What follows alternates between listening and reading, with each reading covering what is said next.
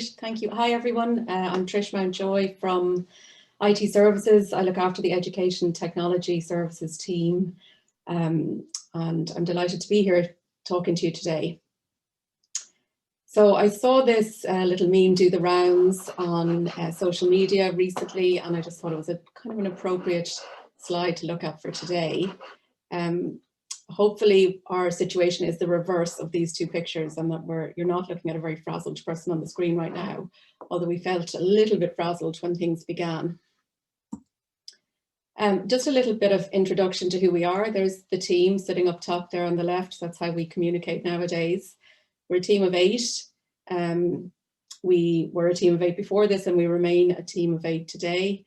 We were located, I should say, in the same physical shared office space over the computer centre, that lovely single-storey brown building located beside computer science, sitting in the shadows of health science and the science building. Our role really is to support the university-wide education technology services that enable teaching, learning and assessment. So tools you would know, such as Brightspace, Collaborate, Urkund, that are all very relevant today.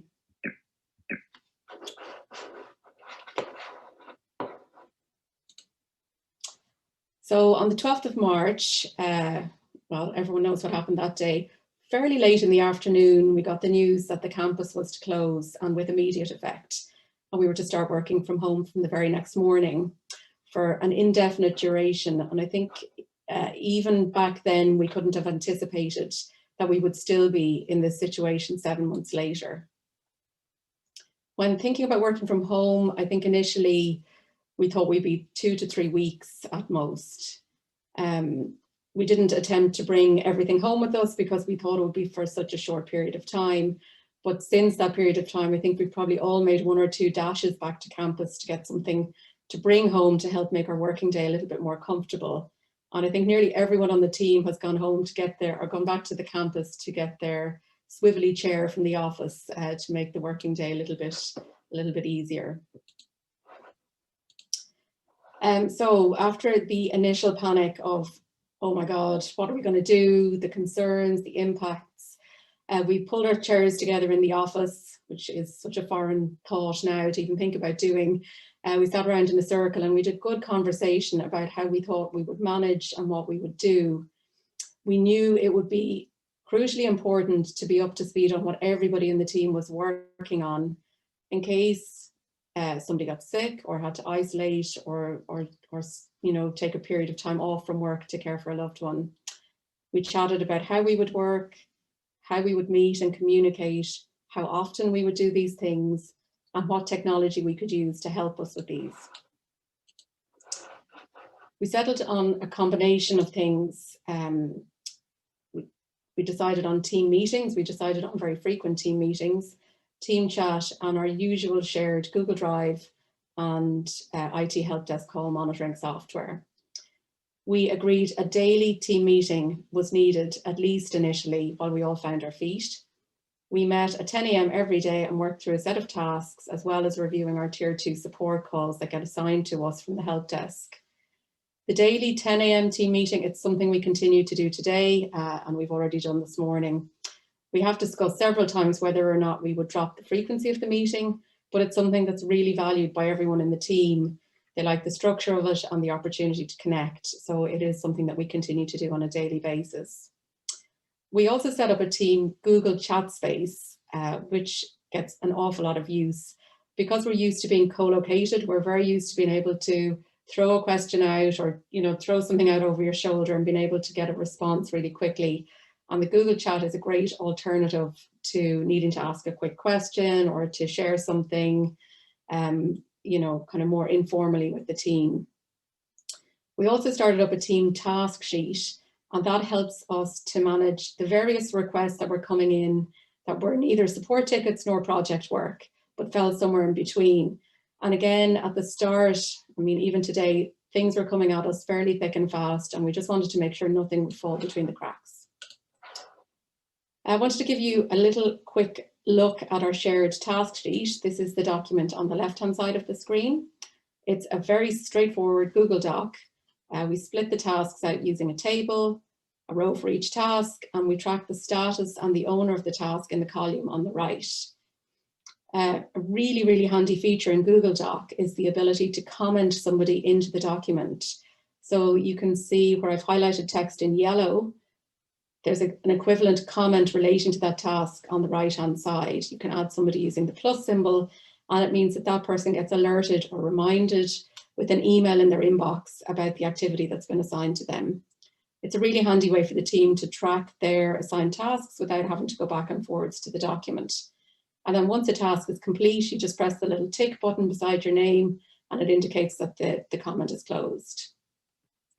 On the right-hand side, you can see a carefully chosen bit of our team chat from last week. We use Google Chat, and we keep the chat open, usually in a kind of a browser tab, and a little noise pops up when there's a comment in there. There's also a chat app you can download for your phone or smart device if you prefer to keep it separate. But it's a really handy way for communicating, and again compensates for our time together in the office, where we would be kind of having more informal chats. So the challenges, like everything, nothing is easy. And I think for us as a group initially, like everyone, we had our own worries. We had concerns about the virus, the situation, the impact, our own families and friends, and I think they were at the forefront of everyone's minds. As time has gone on, these concerns changed, but in truth, they've probably not really gone away. We probably have just learned to tolerate them a little bit better. Other challenges for us included getting set up at home.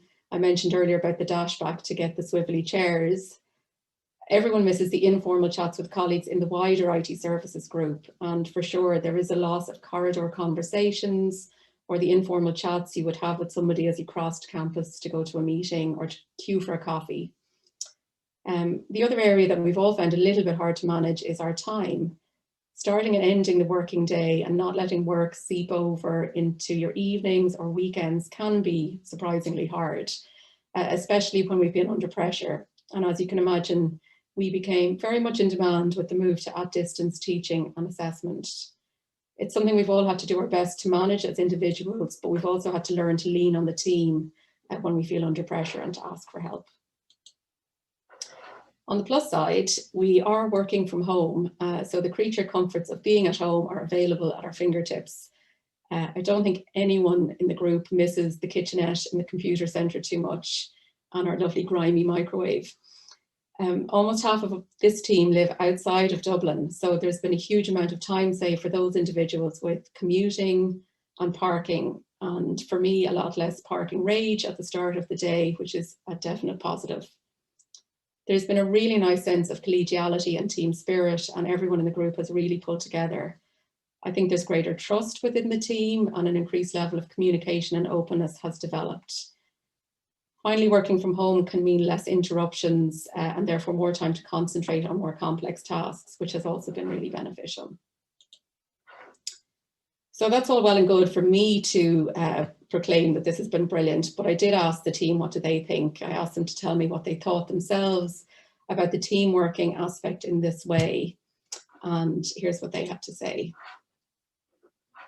So you can read some of the comments yourself on the screen. For me, it's interesting to see that the methods that we agreed on at the outset when we had that first little huddle back in the office are still the methods that are in use today, and they are all really valued by the team members.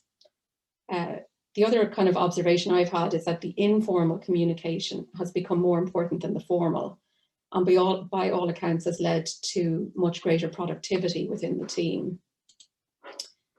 And finally, for me, I think this has been the ultimate exercise in team bonding. I don't think we need to go offsite for team building excursions for quite some time after all of this. The team themselves have been absolutely brilliant. We have come under enormous pressure, initially with the immediate move to at distance. Through the exam period, we supported 40,000 plus sittings of final assessment on Brightspace, which has never been done before. The planning and preparing for this current trimester and through the most surreal start of term we've ever had. The technology tools have absolutely enabled us to work remotely and productively as a team. The technology has been a key enabler. It's also been challenging, but right now it's been challenging for everybody for a variety of reasons. And I think keeping busy has helped everybody. Ultimately, the experience has been rewarding. I feel like I know everyone a little bit better than I did before. We've all learned how to communicate effectively and on camera. And I think when all is said and done, we might find it a little bit difficult to make our way back to the office.